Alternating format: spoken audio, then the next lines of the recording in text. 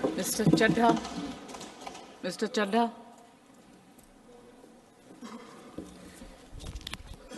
क्या बीजेपी भारत देश में निष्पक्ष चुनाव खत्म करना चाहती है?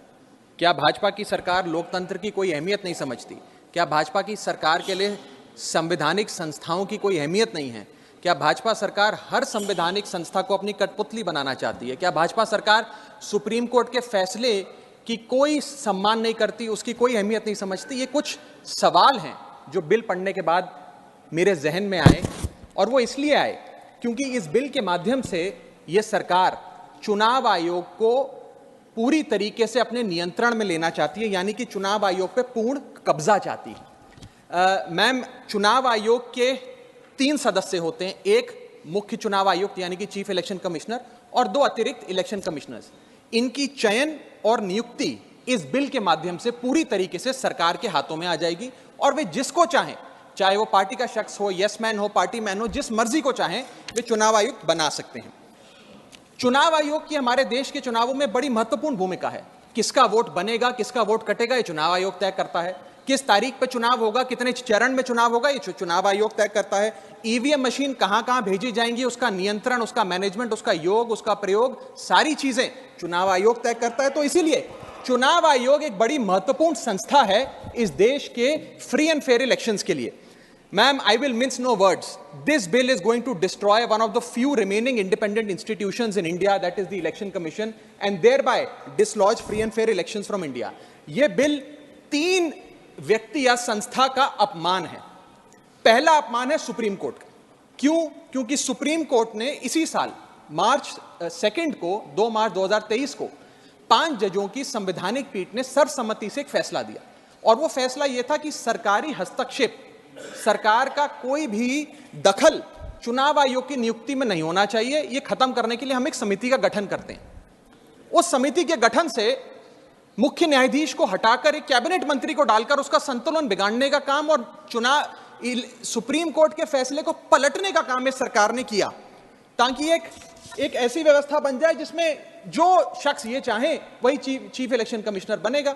यह इंसल्ट सुप्रीम कोर्ट की इसलिए है क्योंकि इसी साल के दिए गए संवैधानिक पीठ के सर्वसम्मति के 2 फैसलों को इस सरकार ने सदन के भीतर बिल लाकर बदल दिया। पहला था दिल्ली सेवा बिल, जो 8 दिन के भीतर ऑर्डिनेंस लाकर और फिर सदन के भीतर बिल लाकर बदला गया, और एक ये बिल जो 2 मार्च 2023 के सुप्रीम कोर्ट के फैसले को पलटता है और उस फैसले को पूरी तरीके से रिवर्स करने का काम करता है। मैं आपको यह बताना चाहूंगा कि यह सरकार इस बिल के माध्यम से एक प्रकार से सुप्रीम कोर्ट को खुली चुनौती दे रही है कि आपको जो फैसला देना है दीजिए, अगर हमें पसंद नहीं आएगा हम बिल लाकर उस फैसले को पलट देंगे। दूसरा इंसल्ट या अपमान इस बिल के माध्यम से चीफ जस्टिस ऑफ इंडिया का है। सुप्रीम कोर्ट का फैसला कहता है कि चयन समिति के 3 सदस्य होंगे, माननीय प्रधानमंत्री जी, माननीय नेता प्रतिपक्ष यानी कि लीडर ऑफ ऑपोजिशन, और 3rd chief justice of India. इन 3 मेंबरी समिति में से इस बिल के माध्यम से सरकार ने चीफ जस्टिस ऑफ इंडिया को हटा दिया और एक कैबिनेट मंत्री को उनकी जगह बिठा दिया। चीफ जस्टिस ऑफ इंडिया से इतना परहेज कि साफ तौर पे उन्हें इस समिति से हटाने के लिए इस बिल को लाया गया। मैं सरकार को याद कराना चाहूंगा कि समय समय पर इलेक्टोरल रिफॉर्म्स के लिए इस देश में कमेटियां बनी, और अधिकांश कमेटियों ने यह फैसला दिया, यह रिपोर्ट दी, यह सजेशन दिया कि समिति के भीतर चीफ जस्टिस ऑफ इंडिया यानी कि इस देश की न्यायमूर्ति को जरूर होना चाहिए। चाहे वो तारकुंडे कमेटी हो, दिनेश गोस्वामी कमेटी हो, वोरा कमेटी हो, इंद्रजीत गुप्ता कमेटी हो, जीवन रेड्डी कमेटी हो, या फिर इसी सरकार की लॉ कमीशन की रिपोर्ट हो। तीसरी इंसल्ट इस बिल के माध्यम से भाजपा सरकार एक ऐसे शख्स की कर रही है जो व्यक्ति भाजपा का संस्थापक थे, जो व्यक्ति आज भी भाजपा के मार्गदर्शक हैं, जो व्यक्ति भाजपा के भीष्म पितामह के नाम से जाने जाते हैं, वो व्यक्ति जो भारत देश के पूर्व प्रधानमंत्री रहे यानी कि लालकृष्ण आडवाणी जी, पूर्व उप प्रधानमंत्री रहे।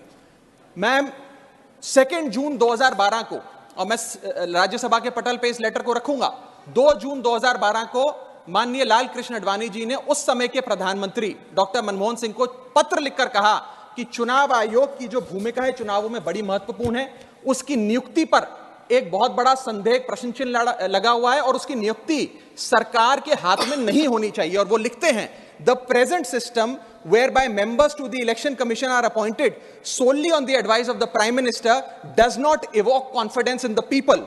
keeping these important decisions as the exclusive preserve of the ruling party renders the entire selection process vulnerable and open to manipulation and partisanship.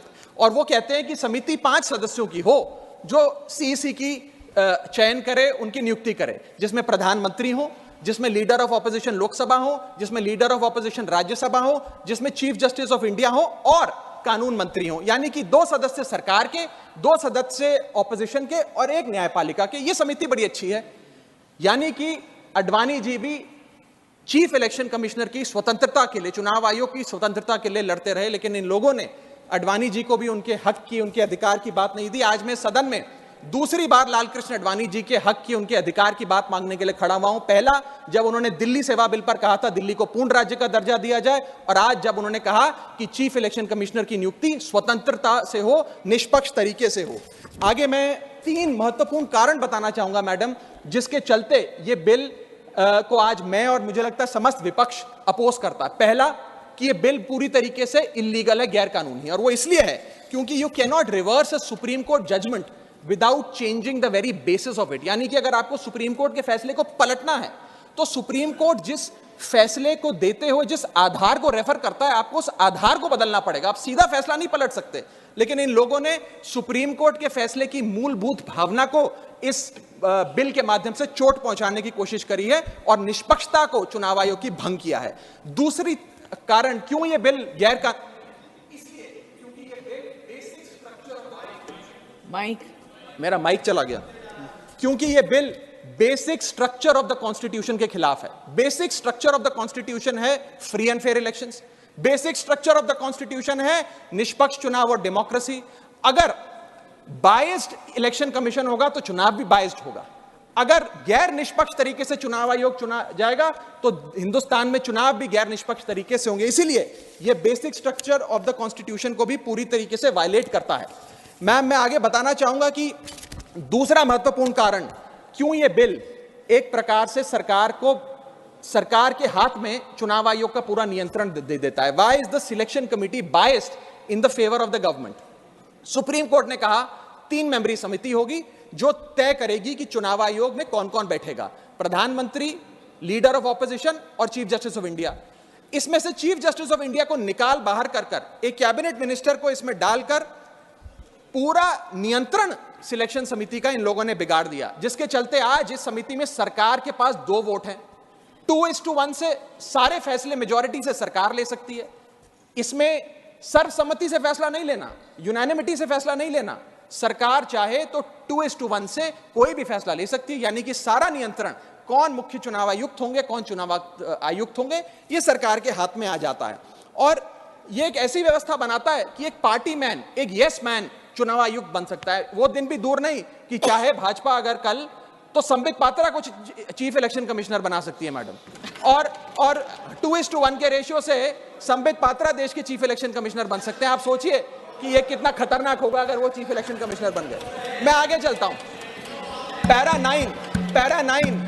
9 इस सुप्रीम कोर्ट जजमेंट का कहता है, the executive alone being involved in the appointment ensures that the commission becomes and remains a partisan body and the branch of the executive. The independence of the commission is intimately interlinked with the process of appointment. यानी कि supreme court ये कहता है कि चयन का जो पूरा प्रोसेस है वो पूरी तरीके से इलेक्शंस कैसे होंगे, फ्री होंगे कि फेयर होंगे, वो तय करता है। मैं आगे चलता हूं, 14 मिनट है मैडम, अभी तो 6 मिनट बाकी हैं।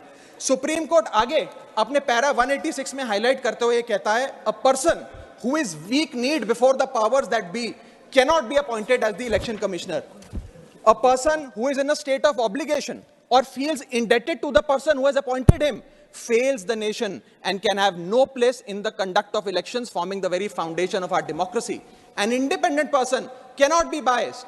It is important that the appointment must be overshadowed even by a perception that a yes man will decide the fate of the democracy and all its promises. यानी कि केवल निष्पक्ष चयन ही होना जरूरी नहीं है, निष्पक्ष चयन जनता को नजर आना भी जरूरी है। It must not only be done, it must be seen to be done. ये सुप्रीम कोर्ट बात कहता है। मैं आगे चलता हूं। तीसरा कारण कि क्यों हम इस बिल को अपोज कर रहे हैं वो है कि ये जो प्रपोज्ड सिलेक्शन कमिटी है इसमें कोई चेक्स एंड बैलेंसेस नहीं है।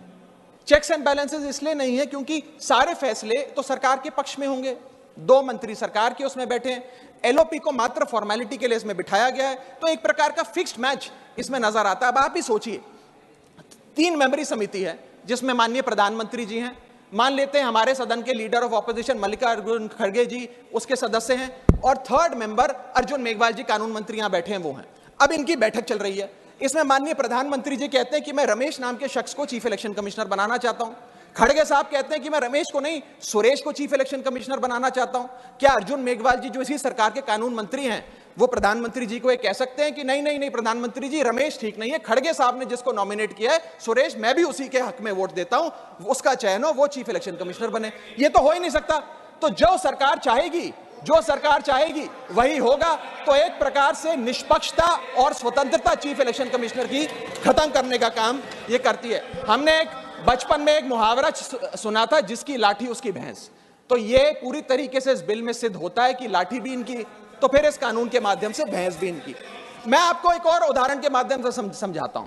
मान लीजिए भारत और ऑस्ट्रेलिया का क्रिकेट मैच हो रहा है, उस क्रिकेट मैच में अंपायर कौन होगा वो एक 3 मेंबर की समिति तय करेगी जो मैच कराएगी। वो 3 मेंबर की समिति में एक ऑस्ट्रेलिया के कैप्टन पैट कमिंग्स होंगे, दूसरे ऑस्ट्रेलिया के प्रसिद्ध प्लेयर डेविड वार्नर होंगे, और 3rd भारत के कप्तान रोहित शर्मा होंगे। अब ये 3 मेंबरी समिति अगर किसी अंपायर को चुनेगी तो वो अंपायर तो हमेशा ही ऑस्ट्रेलिया के साथ होगा, क्योंकि 2-1 की बहुमत ऑस्ट्रेलिया के साथ है। तो क्या निष्पक्ष मैच हो सकता है? क्या इंडिया इंडिपेंडेंट मैच खेल सकती है? ऐसा ही कुछ इस चुनाव आयोग के गठन से, इस बिल के आने के बाद इस देश में होने जा रहा है। मैं आगे चलता हूं मैडम, मुझे बोलने दीजिए। इसका माध्यम, मैडम मुझे बोलने दीजिए, मुझे डिस्टर्ब ना करें। ये बिल 3 की टेस्ट पे फेल होता है, the test of independence, the test of neutrality and the test of constitutionality. ये हमारा कॉन्स्टिट्यूशनल इंपेरेटिव है कि देश में चुनाव आयोग निष्पक्ष हो, ताकि चुनाव निष्पक्ष हो। अगर चुनाव आयोग निष्पक्ष नहीं होगा तो चुनाव निष्पक्ष नहीं होंगे और लोगों की आस्था इस लोकतंत्र से डगमगा जाएगी। मैं सरकार को कहना चाहता हूं, अगर सरकार सुप्रीम कोर्ट के इस फैसले को पलटना चाहती है, अगर सरकार चीफ जस्टिस ऑफ इंडिया को इस समिति से हटाने के लिए इतनी बेकरार है, तो मैं आज सुझाव लाया हूं कानून मंत्री जी। 3 सुझाव मेरे, इनमें से अगर आप कोई सुझाव स्वीकार कर लें तो मुझे लगता है सारा हाउस एक आवाज में आपके इस बिल का समर्थन करेगा। पहला सुझाव यह है, ये 3 ऑप्शन लाया हूं आपके लिए। पहला ऑप्शन यह है कि चुनाव आयोग का गठन, कौन चीफ इलेक्शन कमिश्नर होगा और कौन इलेक्शन कमिश्नर्स होंगे, इसका गठन 2 मेंबरी समिति करे, जिसमें 2 लोग हों, प्रधानमंत्री और लीडर ऑफ ऑपोजिशन, ये विपक्ष के नेता। ये 2 मेंबर्स सर्वसम्मति से फैसला ले, यूनानिमिटी से, क्योंकि 2 लोगों में मेजॉरिटी तो हो नहीं सकती, तो 2 लोग सर्वसम्मति से फैसला ले, जो भी नाम तय करेंगे हम सब मान जाएंगे। ये ऑप्शन 1।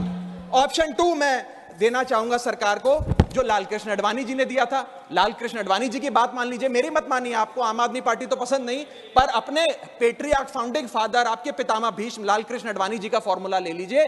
5 मेंबरी समिति, प्रधानमंत्री, कानून मंत्री, leader of opposition in Lok Sabha and Rajya Sabha और चीफ जस्टिस ऑफ इंडिया। ये 5 मेंबरी समिति एक निष्पक्ष चुनाव आयोग का चयन कर लेगी। और तीसरा ऑप्शन, अगर ये दोनों ऑप्शन आपको पसंद नहीं, तो मैं आपको वो ऑप्शन बताना चाहूंगा जो कॉन्स्टिट्यूएंट असेंबली में प्रोफेसर शिबन लाल सक्सेना ने दिया था। वो था कि जो भी नाम ये चयन समिति तय करे, वो नाम सदन के भीतर लाए जाएं और 2/3 बहुमत लोकसभा और राज्यसभा से नाम पास हो जाए, वो आदमी चीफ इलेक्शन कमिश्नर बन जाए। मैं सकारात्मक बहस कर रहा हूं, मैं ऑप्शन लाया हूं। ये इन 3 ऑप्शंस में से कोई भी ऑप्शन चुन लीजिए, सारे विपक्ष को मनाने की, एकजुट करने की जिम्मेदारी मेरी। मैं अंत में अपनी बात समाप्त करने से इतना बस कहना चाहूंगा मैडम, कि ये बिल एक डे लाइट रॉबरी है हमारे देश की डेमोक्रेसी की, लोकतंत्र की। इस बिल के माध्यम से भाजपा डेमोक्रेसी को हाईजैक करना चाहती है। And I on behalf of the आम आदमी party oppose this bill, vehemently oppose this bill, because this bill will ensure that India, which is today known as the mother of democracy, will tomorrow unfortunately be known as for mockery of democracy. Mother of democracy से mockery of democracy तक का सफर आप इस bill के माध्यम से तय करने जा रहे हैं। मैं हाथ जोड़कर आपसे विनती करूंगा, इस बिल को वापस लीजिए। लोगों की देश के लोकतंत्र में बहुत आस्था है, उस आस्था से खिलवाड़ करने का काम मत कीजिए। बहुत बहुत शुक्रिया। जय हिंद, जय भारत।